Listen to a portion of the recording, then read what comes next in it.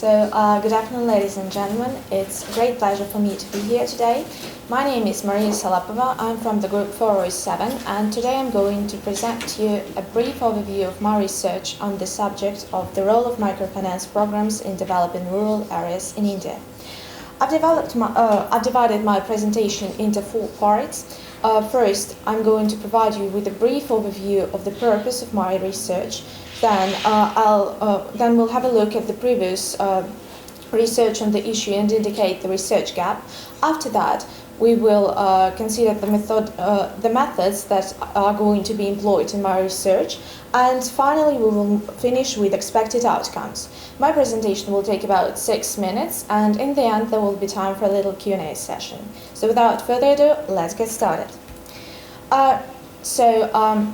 According to the World Factbook, in 2015, India was the world's third largest economy in terms of purchasing power parity. Yet its future prosperity might be threatened by present inner socio-economic problems.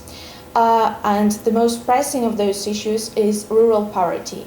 In fact, in 2014, almost 1/3 of the world's poorest people inhabited rural areas of the country. Therefore, the general purpose of my research is to contribute to the task of alleviating poverty in Indian villages. And before we move on, I would like to state that that in my study, I've adopted the definition of poverty provided by the World Bank, which is living on $1.9 a day or less. So let's move back to our presentation, and namely to literature review. So obviously, the issue of rural poverty is not a new one, and the ways of reducing poverty in Indian villages have already been discussed by many scholars. For instance, Yunus argues that the Western approach of reducing poverty through official employment should be deemed inappropriate for Asian countries due to the peculiarities of rural social organization. Moreover, the obvious way of increasing agricultural productivity is also right now inaccessible due to the insufficiency of funds that are aggravated by usury and corruption. And it has only been recently that scientists established that the most effective way to combat poverty in Indian rural areas would be to provide access to institutional sources of finance through microfinance programs, namely SBLP in India. Yet, the presence of wide interregional disparities in the outreach of SBLP suggests that further improvement is needed. Nevertheless, scientists have generally failed to identify the sources of such differences and thus to propose viable solutions. They have also neglected the question of whether microfinance programs affect agricultural sector of economy in general. And those 2 aspects make up the research gap that we are going to address using the methods that I'm going to describe right now in the following section of my presentation. So in my research, I'm going to employ a multi-method research design, which means that first I'm going to use comparative analysis to check whether microfinance programs are still an efficient tool of alleviating poverty, and then I will proceed to constructing and analyzing 2 linear regression models to answer basically 2 questions. First, bless you. So first, whether microfinance programs affect agricultural output, and second, whether one of the factors that I stated in the Model 2 column of the table affect SBLP effectiveness. And now let me move on to the final part of my presentation, which are expected outcomes. The preliminary results suggest that indeed microfinance programs are an effective tool of combating poverty, yet it would be prudent actually not to use them as the main tool for fostering agricultural development in whole.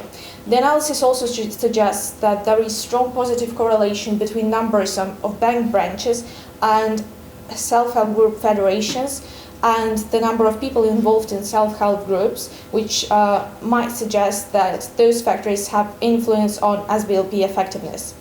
As for possible implications, I believe that my study will contribute to the general body of research on microfinance, and that it may also be of practical use for policymakers in developing countries, as I hope that models that are going to be developed within my study are going to enable policymakers to assess microfinance programs and to adjust them to pre-existing conditions. That brings us to the end of my presentation. Here is the full list of references, and I would like to thank you all for your attention, and if you have any questions, I will be glad to answer them.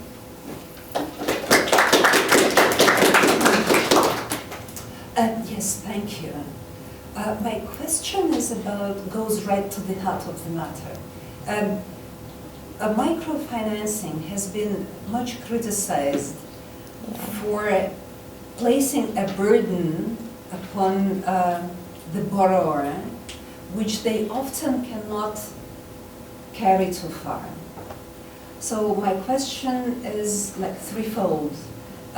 Is there any regulation that limits the size of interest or commission that banks may claim?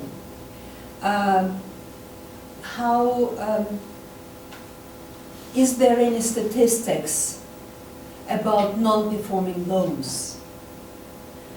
And to what extent this affects the bank's efficiency, if any? Yeah, thank you for your question. I'm going to be answering this question as it happens in India, because my research is about India. So as for the first part of the question, for regulations, actually yes, Indian government tries to protect the poor people, and they try to limit the rate of the loan. However, I wouldn't say that it is that much of a burden, because that is what self-help groups are all about, because people these are groups of about 5 to 10 people that share that responsibility. So if one person is, say, he or she cannot pay this loan during this term, other people are going to do that for this person, and this shared responsibility actually helps those people mitigate that negative effect of relatively high rates.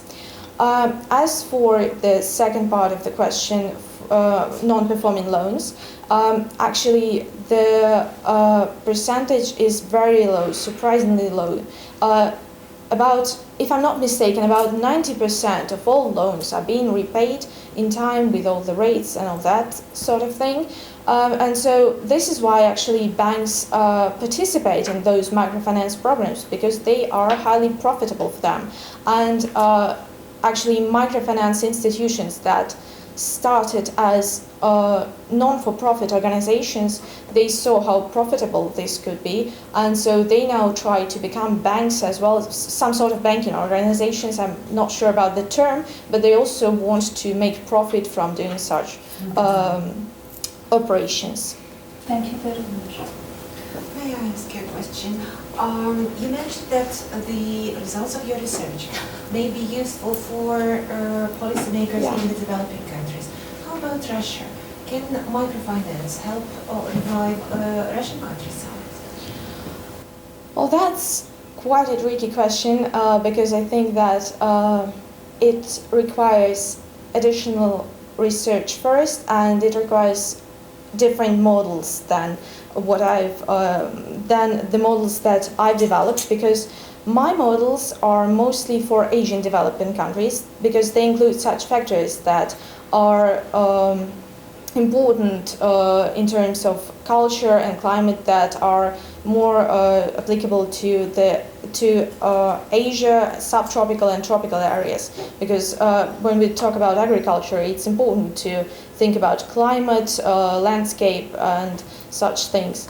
But as for the concept of microfinance in general, I do actually believe that it probably isn't going to help revive our agriculture, because the problem is that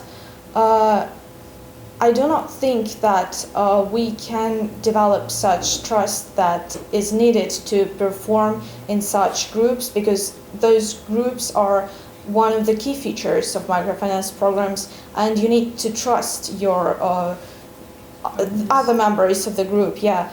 And I don't think that it's possible to implement that in Russia, at least now. Thank you very Thank you much. very much.